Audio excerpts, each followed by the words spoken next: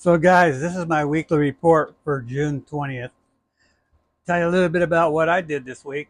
Headed to the Bay, San Francisco, and did a little halibut fishing. And we didn't get bait. We actually just tried to do this on jigs. I went with my brother and Steve, good friends of ours, and we went to Oyster Point, which is a long boat ride because we launched out of Richmond. And we went down there. It was a little bit bumpy, and all we did was use jigs. We're using hair jigs anywhere from 2 ounces to 3 ounces, and we just either vertical jig them or just bounce them around. And we were in anywhere from 10 to 25 feet of water. But anyway, we hooked seven. We landed four. We can't figure out why we keep losing so many. They're a good quality fish. They're like 10, 12 pounds, I guess. They're nice halibut. But, we hooked around seven, but our landing rate wasn't very good.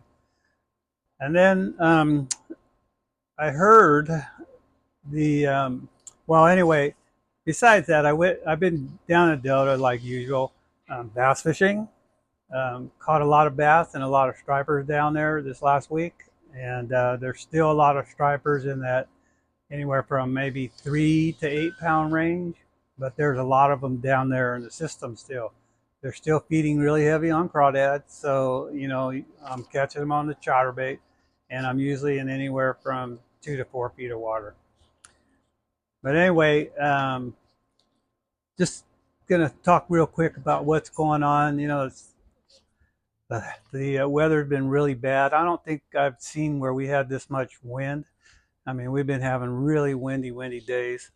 The bluefin are probably out there, but nobody could get out there. It's just too windy, too rough conditions, for going out that far.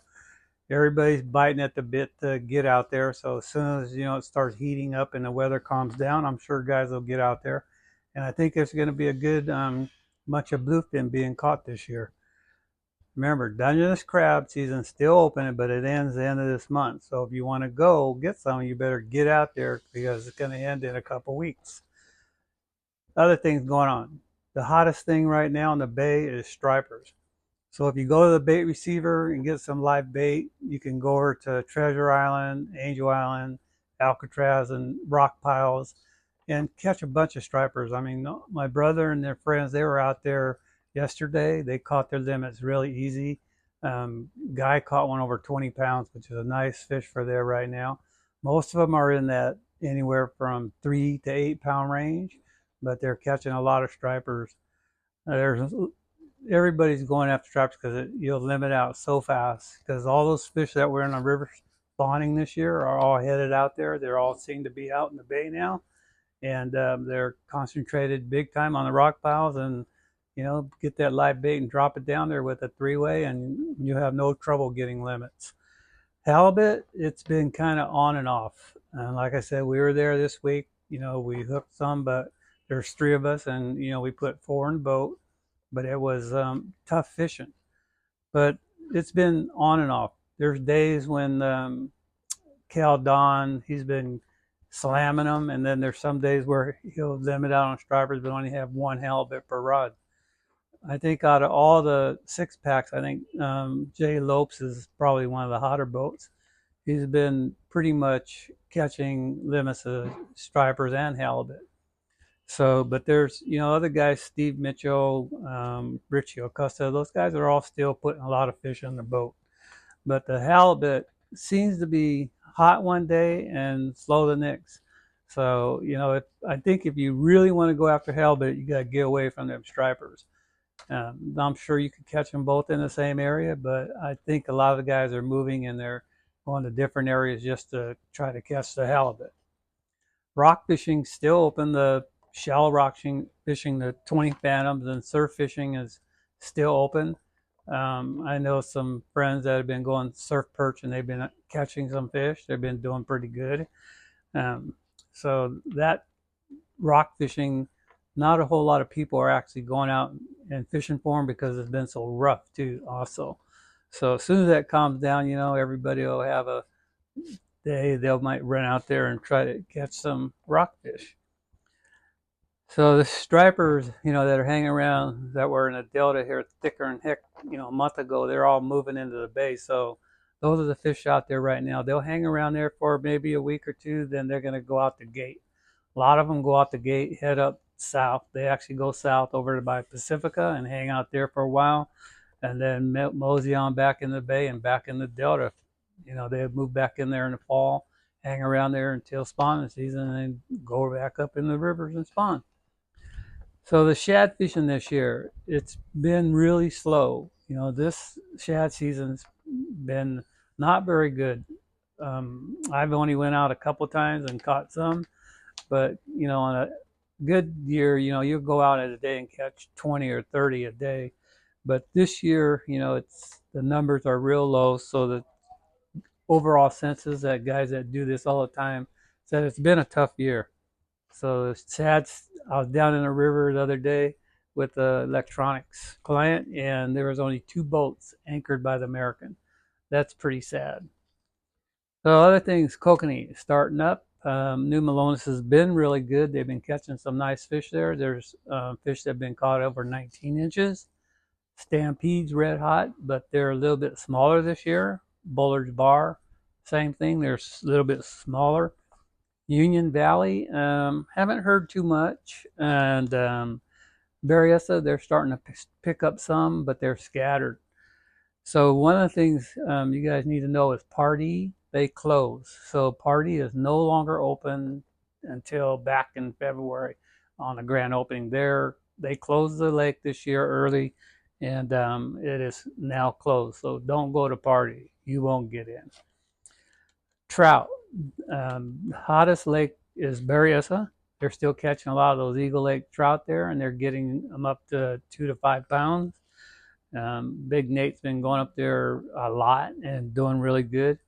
I was with a client up at Comanche for electronics, and we were grafting, and I grafted a lot of trout over the river channel, and they were down about 30 to 50 feet. So I'm sure you could go up there and catch them, but all the Motherlow lakes there are not planting trout no more because the weather is getting too warm. So you can look on DFG site and see if they're doing any planting up in the Sierras, because those lakes should start to be turning on real quick here. Landlocked Kings, Berryessa, that's the hot lake. A lot of fish in the 8 to 10 pound range are being caught. Lots of fish in that 15 to 17 inch, but they're down about 60, 70 feet. You could roll bait like shad or anchovies and catch them, or the best lure combination is like a white 8-inch Dodger with a little hoochie behind it, 1.5 times the length on your leader, and then put a little piece of anchovy on it. You could go back and look at some of my videos. I showed you how to cure it and actually do it. And I'm sure Folsom's been pretty good too, and Orville, but Berryessa seems to be the place if you want to catch big ones. Crappie, kind of slowing down now. I'm sure you could catch them at Berryessa, Clear Lake, maybe Comanche. I would start grafting around looking for them deep, but I know at Berryessa they're still in a lot of them in that 15 to 25 foot range. So, if I was going to go crappie, I would probably head up to Berryessa. Okay, so basically, the fishing scene hasn't changed too much. It's been really good this year for me on bass or whatever I've been going. The bass fishing down the Delta has been really good for me. Don Paganelli has been doing really good at Berryessa and Folsom. So I'm sure you could catch bass, at any of the lakes you want to go. Orville should be really good. Shasta. I think one of the spots for sleeper for kokanee is Whiskey Town. Guys are going up there, limiting out real fast, and they're getting good quality fish like 14 to 16 inches. And they tell me it's pretty easy. It's just a long truck ride. So anyway, if you guys need any servicing on your boat or need any electronics repairs, or you want to buy a new boat, go see Gone Fishing, and just give them a shout and let them know, Mark, the owner, that I sent you over there, and then he'll treat you really nice. Also, on every Saturday morning at 6:40 in the morning, I'm on Sep's show, giving my report. If there's some things that changed, I added on.